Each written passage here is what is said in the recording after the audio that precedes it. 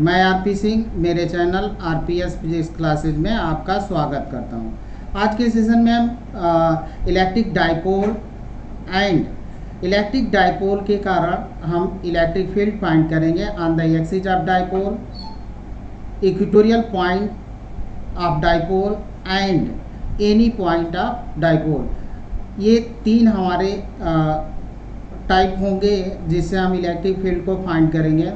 और फर्स्ट हम पहले देखते हैं कि हमारा डाइपोल क्या होता है। तो डाइपोल आपका होता है कि सिस्टम होता है जिसमें equal and opposite charges small distance पर सेपरेट होते हैं। तो देखें कि इलेक्ट्रिक डाइपोल आपका होता है कि a system contain equal and opposite charges separation by a small distance is called an electric dipole. इसी को हम इलेक्ट्रिक डाइपोल कहते हैं। अब हम देखते हैं इलेक्ट्रिक डाइपोल मोमेंट।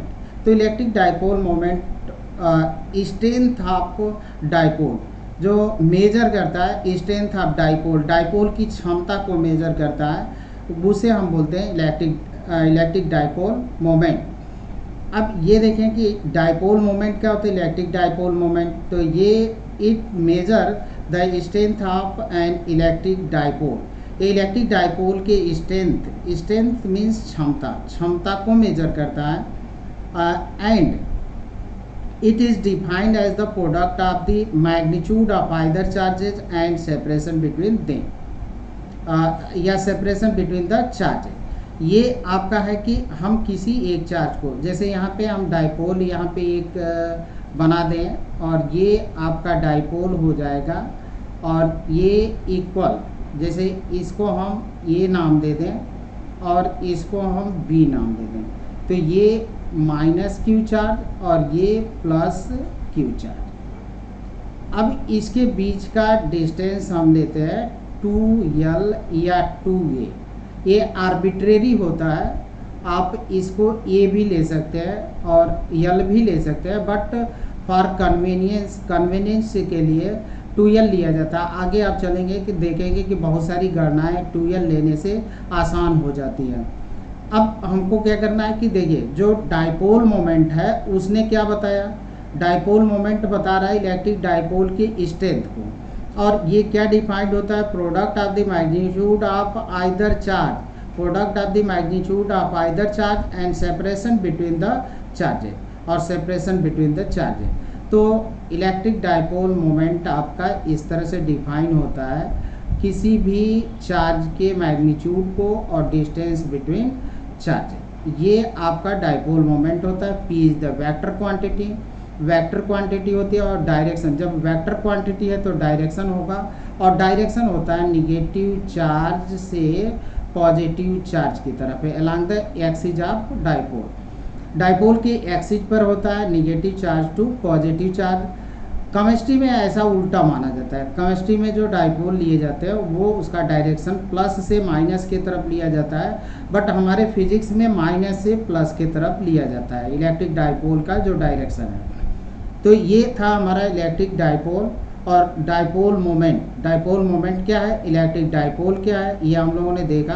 अब यहाँ पे it is a vector quantity and the direction is along the axis of dipole from the negative to positive charge. ये निगेटिव टू पॉजिटिव चार्ज की तरफ इसका डायरेक्शन होता है और ये हम इस तरह से माइनस क्यू और ये प्लस क्यू है, इसके बीच में आप इसको ए बना लीजिए, इसको आप बी बना सकते हैं। इनके बीच सेपरेशन आपका 2L है। 2L आपका आर्बिट्रेरी होता है, आप इसको कुछ भी ले सकते हैं, 2A भी ले सकते हैं। अब बट हम लोग लेते हैं फॉर कन्वीनियंस के लिए, सुविधा के लिए 2L लेते हैं और इससे गणनाएं हमारी आसान हो जाती है, ईजी हो जाती है। तो P हमारा निकला Q इंटू 2L। यूनिट क्या होगा, यूनिट आप यहाँ पे लिख सकते हैं। देखिए ये Q है तो कुलाम और L है तो आपका मीटर, तो इसकी यूनिट होगी कुलाम मीटर। ये यूनिट आप लिख सकते हैं। एग्जाम्पल्स आपका H2O HCl। तो H2O और HCl ऐसे इनके मालिकूल ऐसे मालिकूल हैं जिनका परमानेंट डाइपोल मोमेंट होता है। अब हम निकालेंगे electric field due to dipole on the axis of dipole. Dipole के कारण हम इलेक्ट्रिक फील्ड फाइंड करेंगे on the axis of dipole. तो आइए यहाँ पे electric field on the axis of dipole, इसको हम बोलते हैं tan A पोजीशन भी कहा जाता है electric field on the axis of dipole. तो यहाँ पे हम डाइपोल बना लेते हैं, देखें। और डाइपोल की एक्सिस ये होती है आपकी, ये सीधे एक्सिस है, यहाँ से हम दिखा दें आपको, ये हमारी एक्सिस है, ये एक्सिस है। और यहाँ पे एक पॉइंट है, इसके मिड पॉइंट, जो मिड पॉइंट है उसे r डिस्टेंस पर एक पॉइंट है P, जिस पर हमको इलेक्ट्रिक फील्ड फाइंड करनी है। तो इलेक्ट्रिक फील्ड का जब कॉन्सेप्ट हम लोगों ने देखा था, तो उस कॉन्सेप्ट में ये देखे थे कि जो हमारा पॉजिटिव चार्ज होता है उसके कारण इलेक्ट्रिक फील्ड जो होती है जनरेट होती है, वो due to away from the charge. Electric field का डायरेक्शन जो होता है away from the charge electric field, अगर निगेटिव चार्ज है तो इलेक्ट्रिक फील्ड का डायरेक्शन होता है टुवर्ड्स द चार्ज की ओर होता है। तो अब यहाँ पे देखें, ये -q चार्ज है, तो इससे हमको इस पॉइंट पर इलेक्ट्रिक फील्ड देखनी है। तो -q के कारण जो चार्ज इलेक्ट्रिक फील्ड हुई वो कौन सी जनरेट हुई, E2, और +q के कारण जो इलेक्ट्रिक फील्ड हुई, यहाँ पे -q के कारण जो इलेक्ट्रिक फील्ड है इस डायरेक्शन में है, तो इस डायरेक्शन, क्योंकि ये निगेटिव चार्ज है तो निगेटिव चार्ज डायरेक्शन है, तो ये निगेटिव चार्ज के कारण है, तो इलेक्ट्रिक फील्ड E1 होगा इस तरफ, और E2 आपका प्लस चार्ज के कारण है, उसका डायरेक्शन होगा इस तरफ, ये डायरेक्शन आपका ऐसे होगा। अब यहाँ पे हम कॉन्सेप्ट ये देखते हैं, देखिए कि हमको कॉन्सेप्ट देखना है। यहाँ पे ये कॉन्सेप्ट है हमारा कि माइनस चार्ज E1 ये है, E2 ये है। तो E1 आपका यहाँ पे हम इसी को 2 कर देते हैं, ये 2 होगा, कंफ्यूज करेगा, और इसको हम 1 कर देते हैं। तो चलिए अब यहाँ से ले लेते हैं, देखिए। तो यहाँ पे electric field at P due two plus charge के कारण जो हमारा फील्ड होगा, तो ये हमने पॉजिटिव चार्ज लिया, तो पॉजिटिव चार्ज के कारण इस तरफ इलेक्ट्रिक फील्ड होगी, और इसको हमने E1 कंसीडर किया। तो E1 जो आपका होगा 1/4πε0 Q/r-L, हम मिड पॉइंट से ले रहे हैं। तो देखिए डिस्टेंस कहाँ से लेते हैं, इलेक्ट्रिक फील्ड हमारी होती है इतनी 1/4πε0 और Q/r², ये होता है ड्यू टू पॉइंट चार्ज। जहाँ पे चार्ज होता है r आपकी उस डिस्टेंस होती है जहाँ से चार्ज होता है, वहाँ से अगर ये r डिस्टेंस पर लेते हैं तो वो डिस्टेंस, तो चार्ज हमारा यहाँ पे है, तो हम डिस्टेंस कहाँ से, यहाँ से मेजर करेंगे इस पॉइंट की।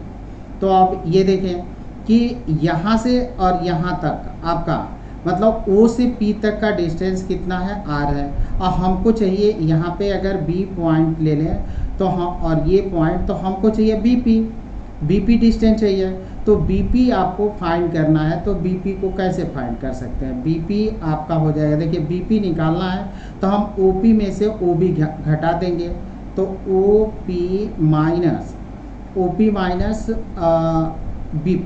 BP को आप माइनस कर, सॉरी O और O से P तक आपका डिस्टेंस हो गया, यहाँ से यहाँ तक का डिस्टेंस आ गए हम लोग, तो ये आपका OP हो गया। और इसमें से हमको कट करना है इतना भाग, यानी O और B कट करना है, तो हम OB घटा देंगे, तो ये आपका हो जाएगा r-l, ये हो गया आपका।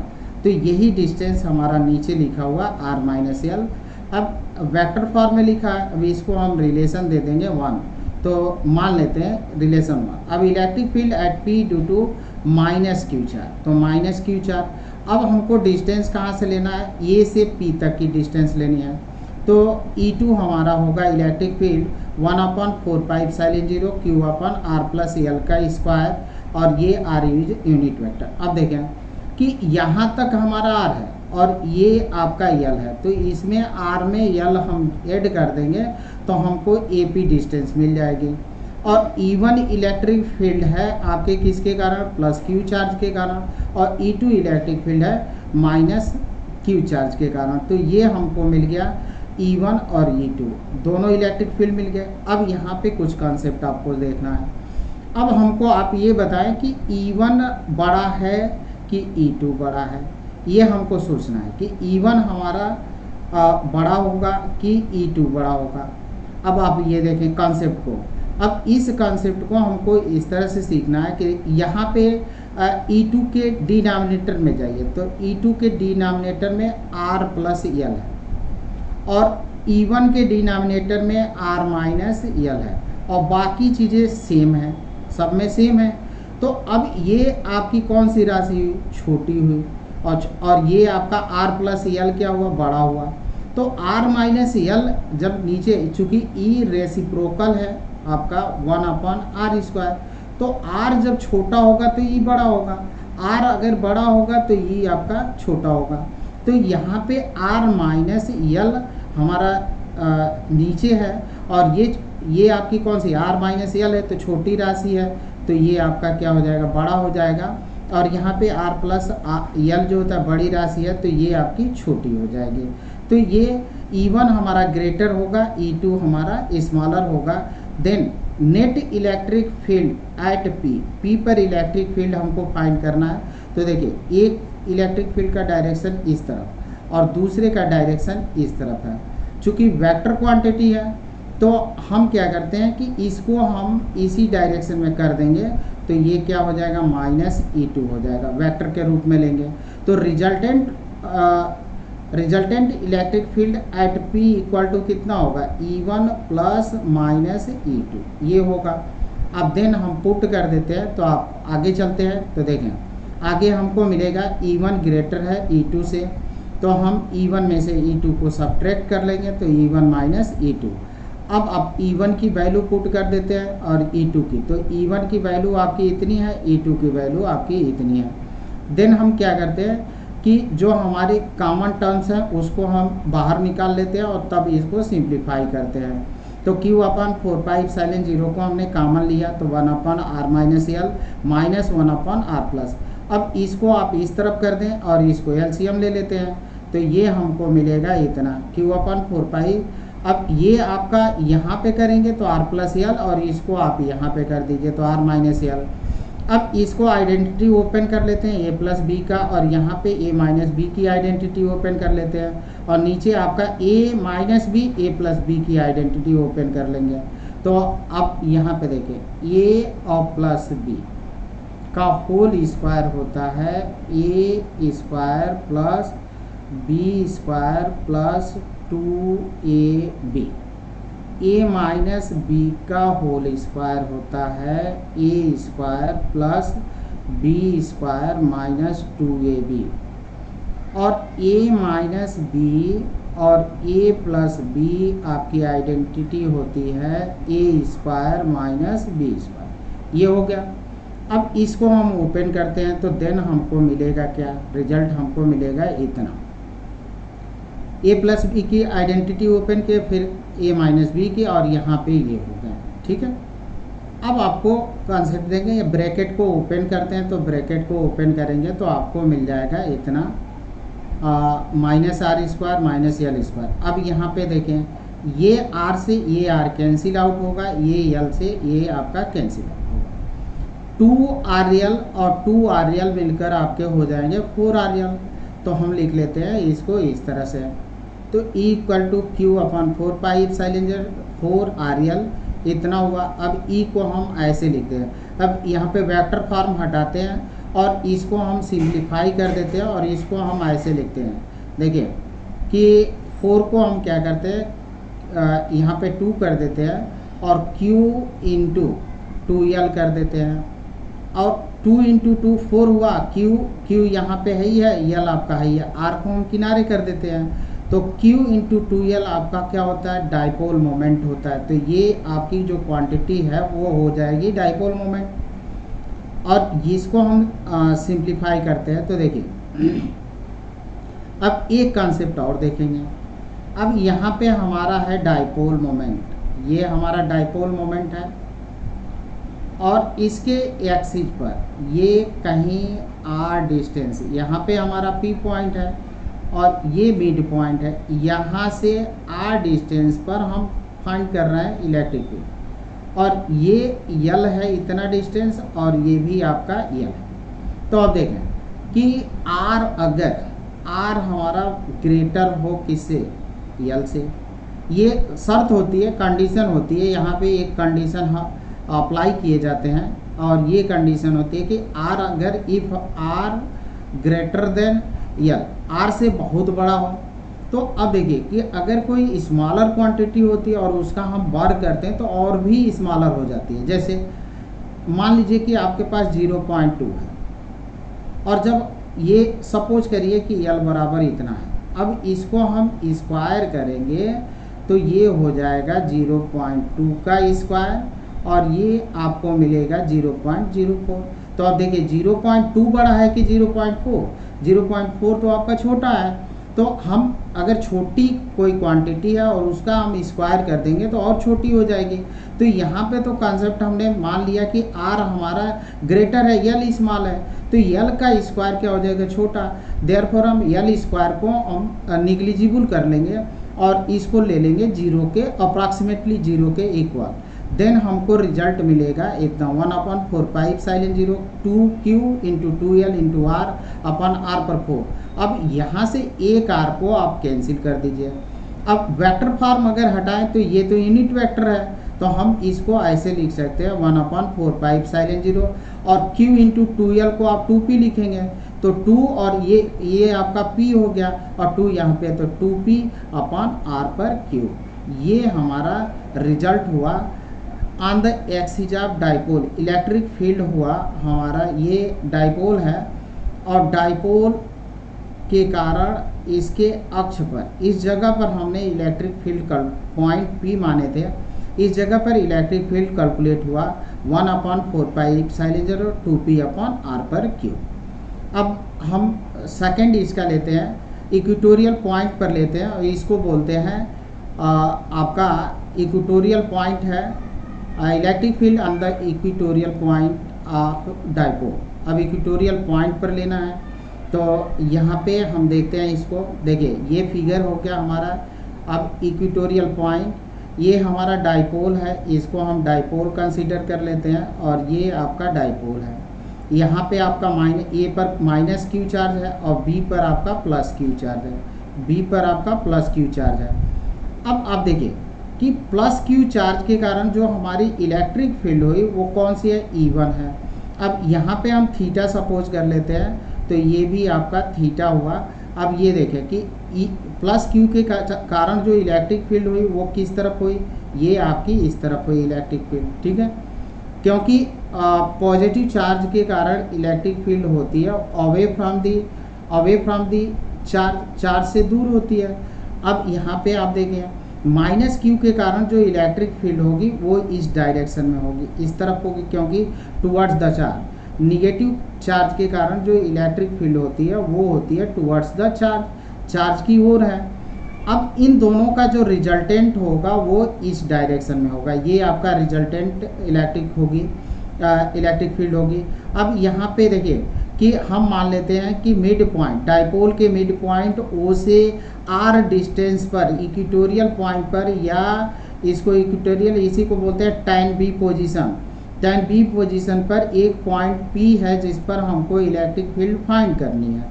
तो हमने क्या किया, प्लस क्यू के कारण यहाँ पे फाइंड करेंगे, फिर माइनस क्यू के कारण यहाँ पे इलेक्ट्रिक फील्ड फाइंड करेंगे। देन यहाँ पे देखिए कि अगर हमने ये थीटा सपोज कर लिया और यहाँ से यहाँ तक का डिस्टेंस कितना है आपका यल है और ये आर है आपका, ओपी जो है ओपी डिस्टेंस आपकी आर है, ये आपकी आर है। तो हम ये हाइपोटेनियस फाइंड कर सकते हैं अकॉर्डिंग टू पाइथागोरस थ्योरम। तो पाइथागोरस थ्योरम से आप इसको √r² प्लस l², और इसी तरह से हम बीपी भी सॉल्व कर सकते हैं, बीपी होगा √r² प्लस l²।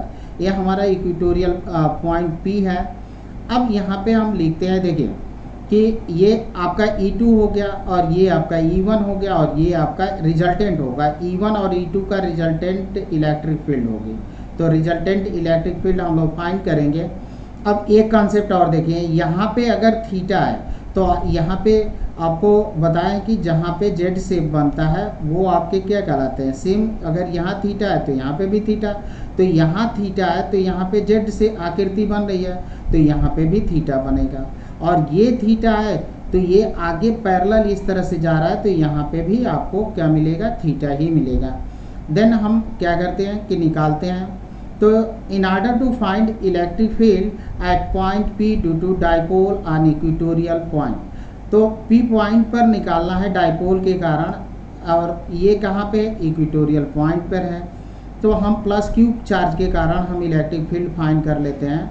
तो देखिए अब यहाँ पे E1 हम लेते हैं प्लस Q चार्ज के कारण, तो प्लस Q E1 हुआ 1/4πε0 और Q/BP। तो यहाँ पे हम रफली एक फिगर थोड़ा सा बना देते हैं।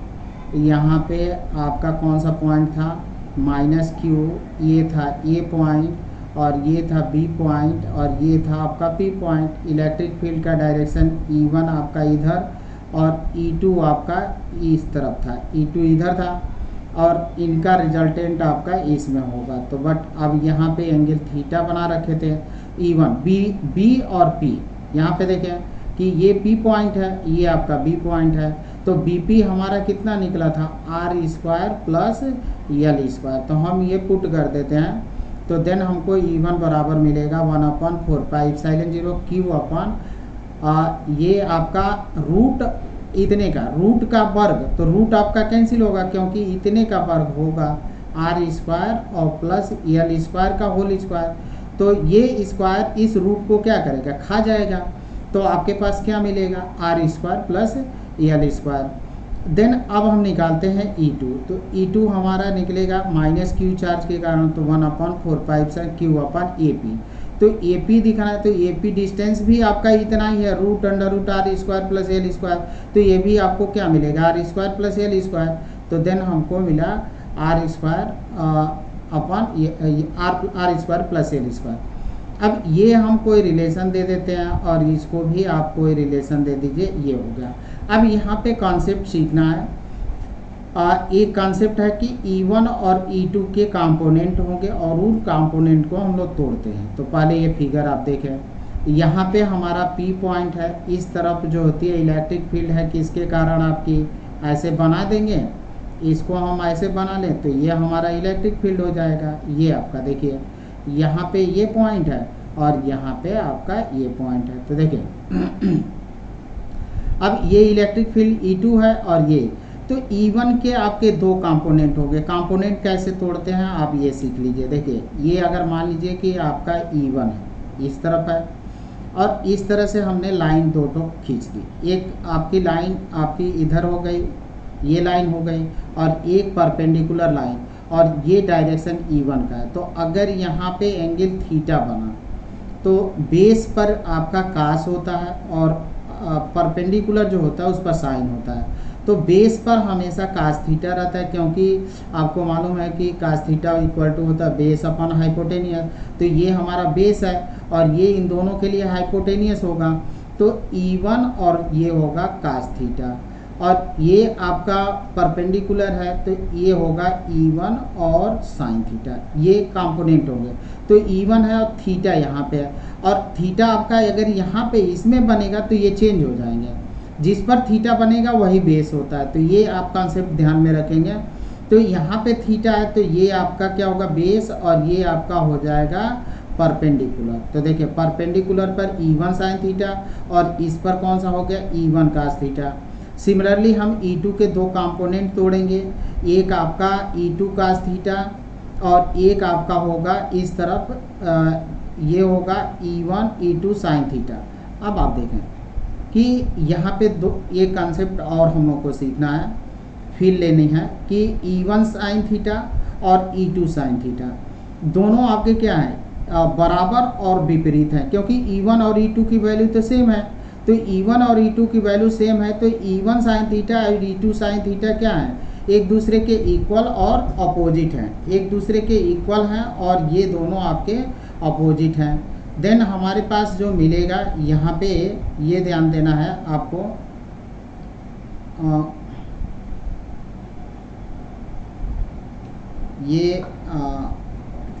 ये देखें कि ये आपका E2 साइन थीटा और E1 साइन थीटा एक दूसरे के इक्वल और क्या है, अपोजिट हैं।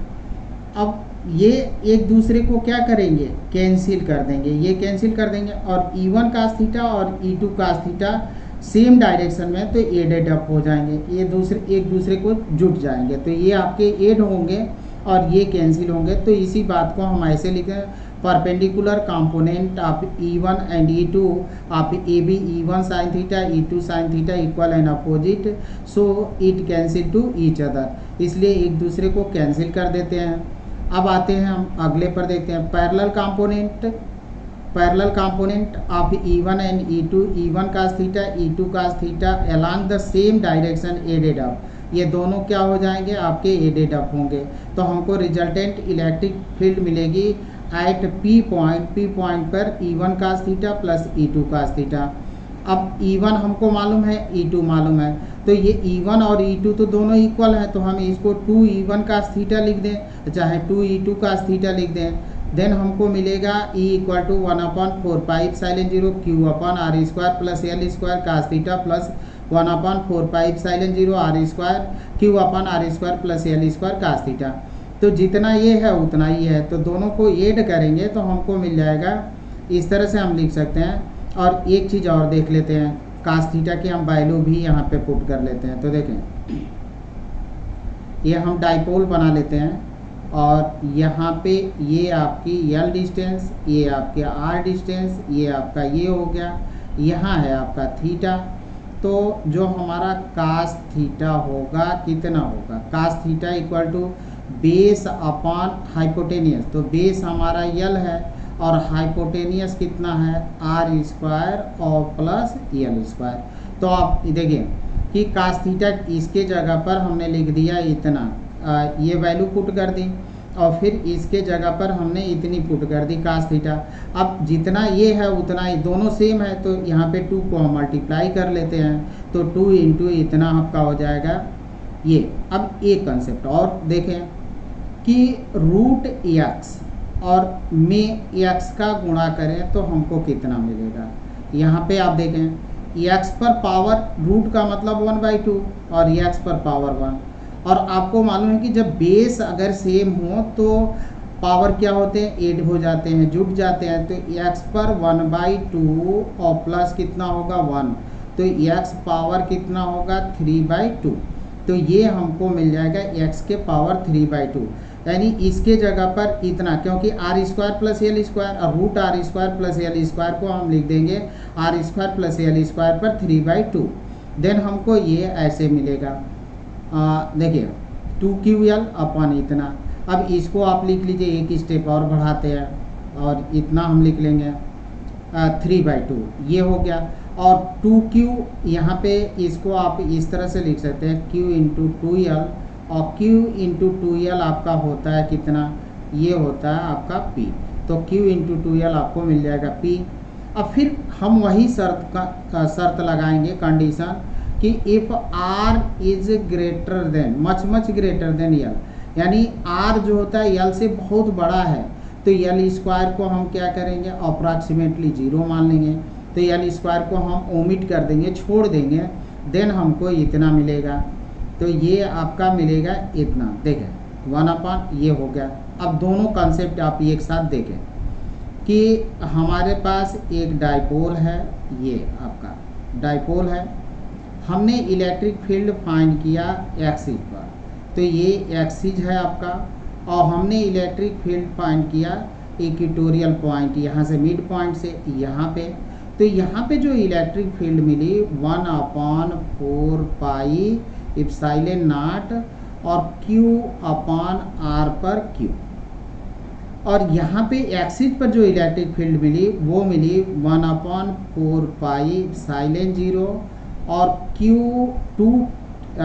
ये P है, P निकला है 2P अपॉन R पर Q, ये हमको मिला। ठीक है, अब दोनों को कंपेयर करें आप, इसको और इसको कंपेयर करेंगे इस इलेक्ट्रिक फील्ड को, तो आपको क्या दिख रहा है, ये दिख रहा है कि एक्सिस पर जो इलेक्ट्रिक फील्ड होती है वो इक्वेटोरियल पॉइंट के डबल होती है। यानी यहाँ पे जो हमने निकाला यहाँ पे 2P आ रहा है, यहाँ पे P आ रहा है, तो आपका ये देखना है कि जो एक्सिस है, एक्सिस पर इलेक्ट्रिक फील्ड हमारी डबल हो जाती है, या ऐसे कहें कि इक्वेटोरियल पॉइंट पर जो हमारी इलेक्ट्रिक फील्ड होती है एक्सिस के आधी रह जाती है, यानी इस पॉइंट पर इलेक्ट्रिक फील्ड क्या हो गई आपकी, आधी हो गई।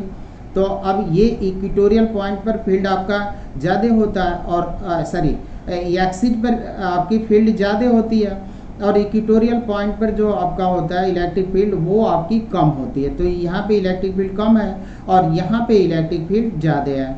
तो ये हमारे इलेक्ट्रिक फील्ड का यहाँ पे डाइपोल। और एक कॉन्सेप्ट और सिखाएंगे आपको, तो एक कॉन्सेप्ट आप और देख लें यहाँ पे थोड़ा सा। और पहली चीज़ कि electric field due two point charge के कारण जो हम लोगों ने इलेक्ट्रिक फील्ड फाइंड किया था 1/4πε0 Q/r², और ये r² हो गया। और जो डाइपोल के कारण इलेक्ट्रिक फील्ड हमने फाइंड किया वो 1/4πε0, और जब हम एक्सिस पर लेंगे तो 2p/r³ लेंगे, और उस पर लिखें इक्वेटोरियल पॉइंट पर तो p/r³ लेंगे।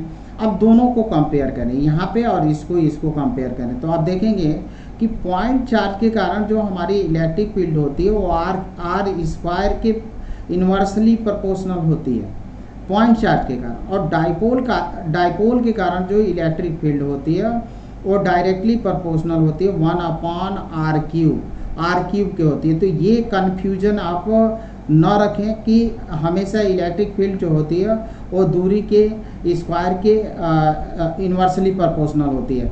आप यहाँ पे देख लें कि डाइपोल में r³ हो रहा है, तो क्वेश्चन अगर डाइपोल का बनना है तो r³ लगाएंगे, अगर पॉइंट के कारण बनना है तो स्क्वायर लगाएंगे। ये ध्यान देंगे आप कि इस तरह से अगर मान लीजिए कि हमने ऑप्शन बना दिया ये, और आपसे पूछ दिया कि electric field due to dipole, electric field due to dipole ये होती है r²। बी आपको दे दिया कि E डायरेक्टली प्रोपोर्शनल होता है 1/r³। सी आपका ऑप्शन बना दिया कि E directly proportional to r, और डी आपका ऑप्शन बना दिया कि E is directly proportional to 1/r। तो आप देखें कि डाइपोल कह रहा है तो डाइपोल को आपको ध्यान में रखना है, तो डाइपोल के लिए क्या होगा, ये आपका करेक्ट आंसर हो जाएगा। अब देखिए कि हम लोगों ने एक्सिस पर निकाल लिया, इक्वेटोरियल पॉइंट पर निकाल लिया, अब हम निकालते हैं एनी पॉइंट। तो हमारे पास आता है अगला topic electric field intensity due to an electric dipole at any point. Dipole के कारण हमको निकालना है एट एनी पॉइंट। तो हम ये यहाँ पे कॉन्सेप्ट को थोड़ा सा और क्लियर कर देते हैं। देखिए कि हमको हमारा टास्क क्या है, ये हमारी इलेक्ट्रिक फील्ड थी तो यहाँ तो हमने फाइंड कर लिया, इस जगह पर भी फाइंड कर लिया हमने।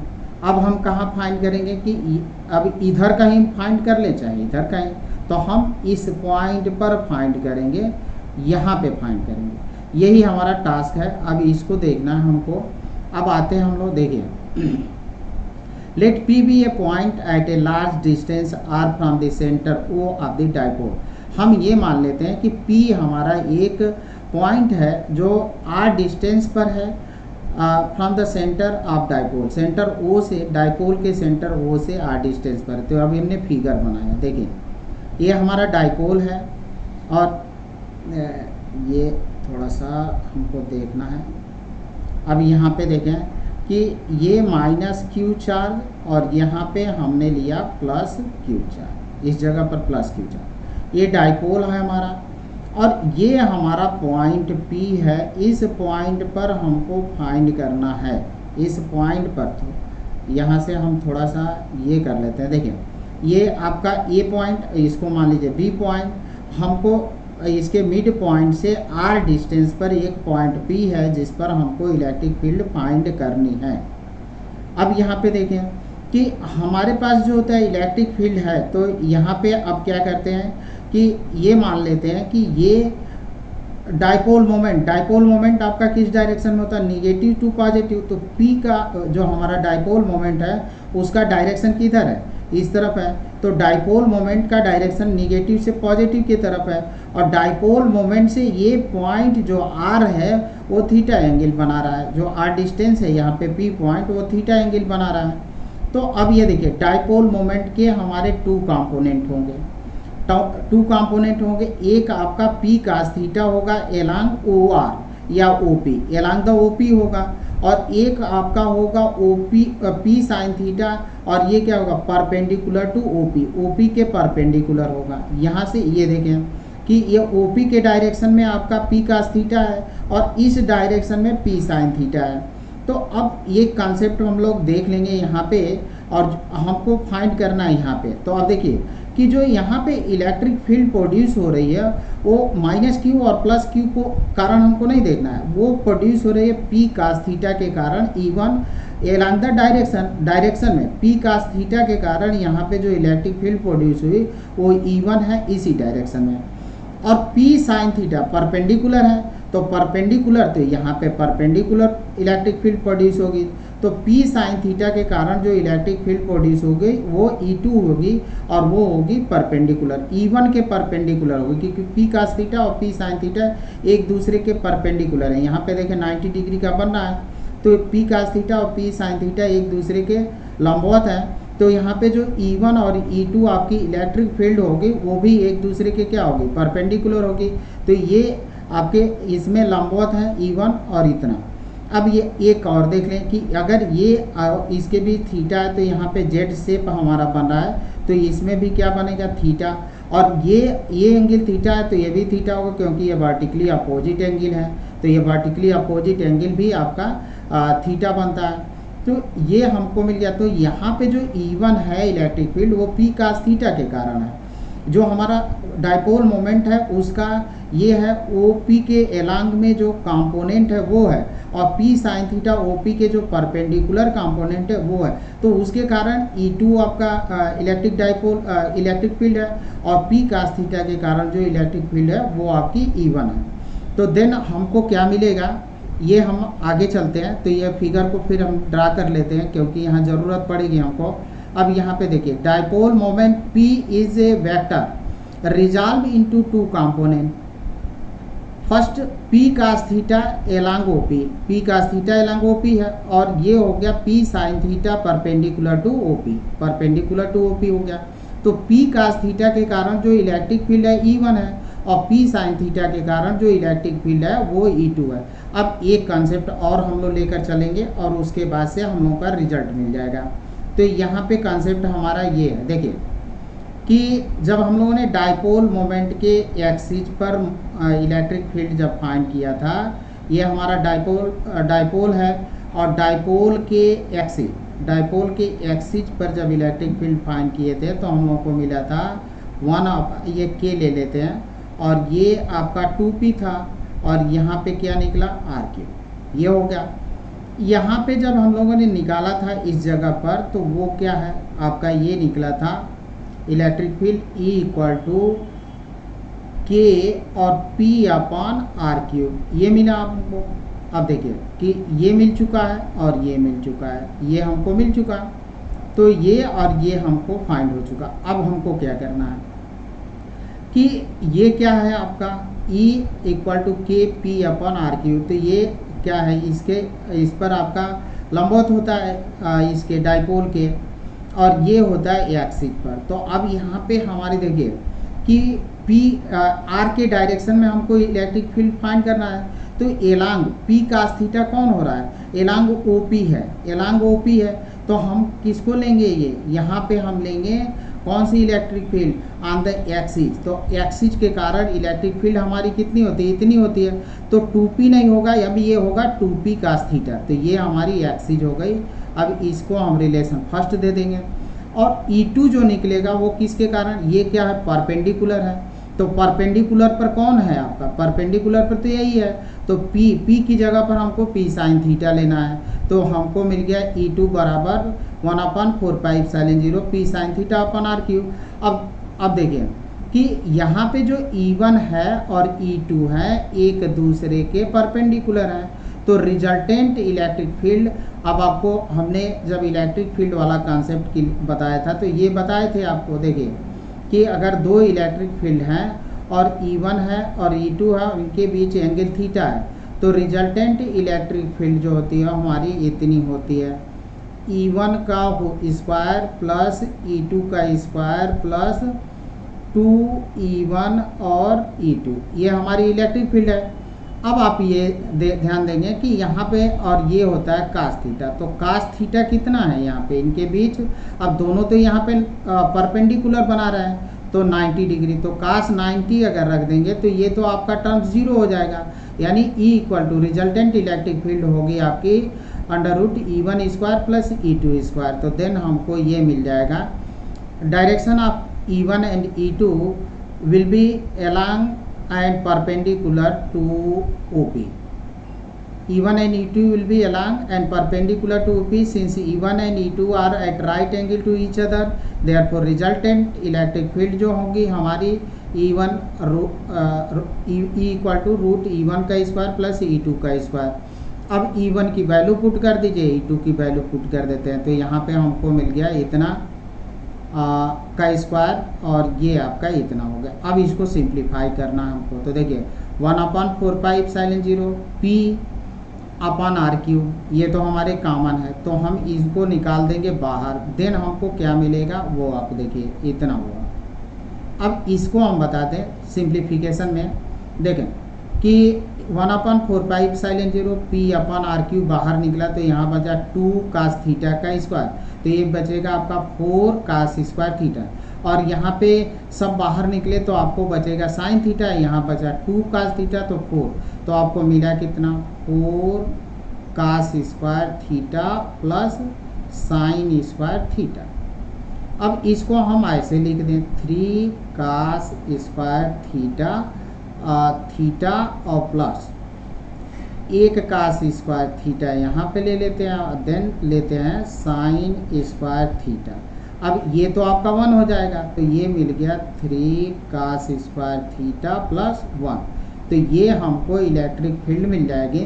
देन हमको कितना मिलेगा E equal to 1 plus 3 cos square theta, ये सिंप्लीफाई करके हमने लिखा है इतना मिलेगा हमको। अब हमारे ये इलेक्ट्रिक फील्ड हो गई एट एनी पॉइंट।